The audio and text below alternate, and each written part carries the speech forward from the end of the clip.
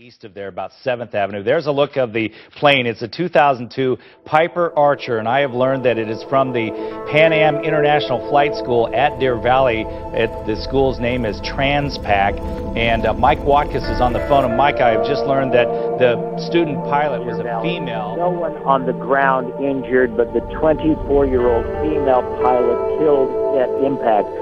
We've talked to a number of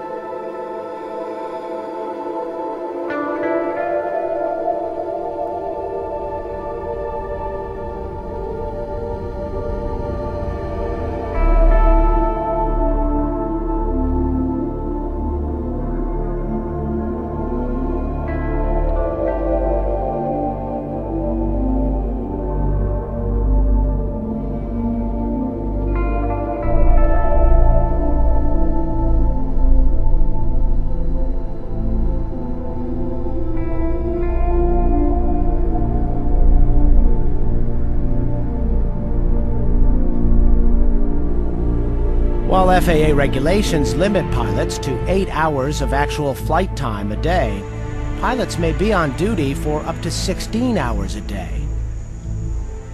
But that doesn't mean a big paycheck. But while I love my profession, I do not like what has happened to it.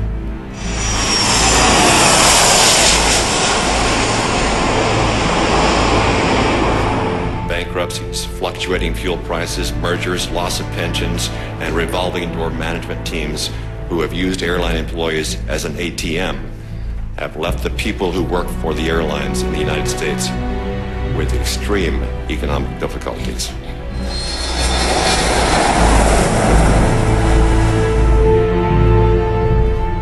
Pilots are paid hourly, and starting pay for first officers is typically $21 an hour.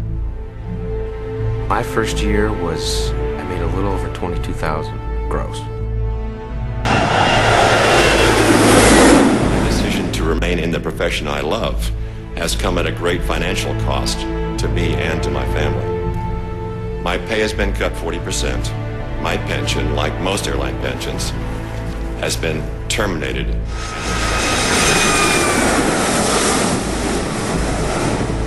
We may be on duty for 80 hours a week and get paid for 20 of it. In aviation, the bottom line is that the single most important piece of safety equipment is an experienced, well-trained pilot.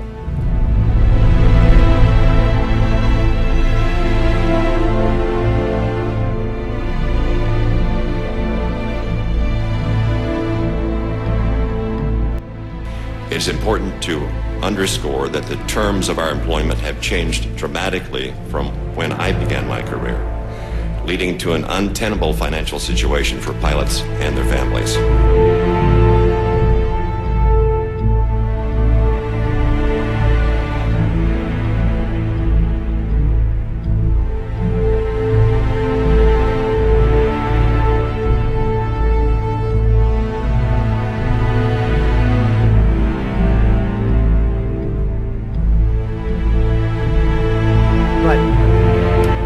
Making $16,000 or $18,000 a year and you're commuting, you're sleeping on the Barca lounge or in the pilot's lounge, and that's not good, is it?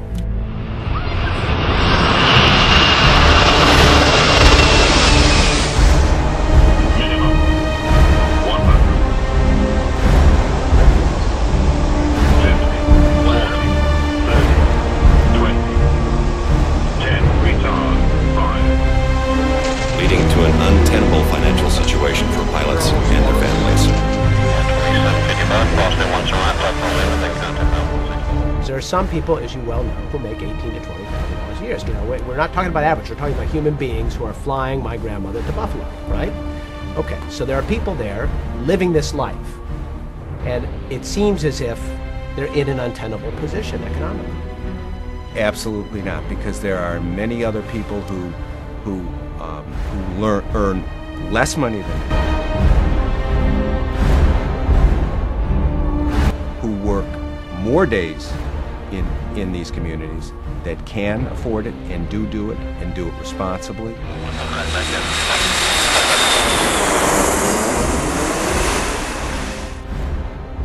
Well, I had a crash pad in Albany, New York.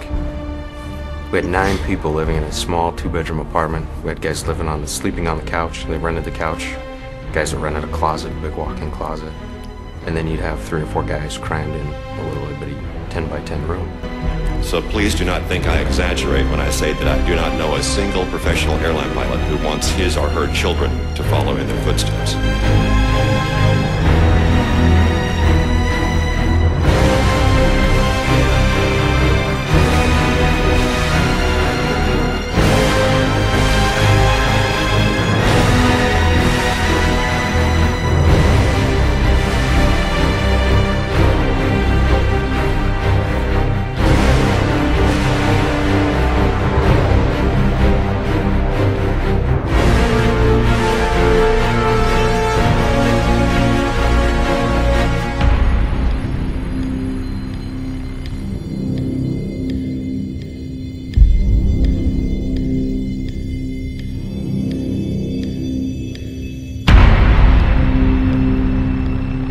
The bottom line is that the single most important piece of safety equipment is an experienced, well-trained pilot.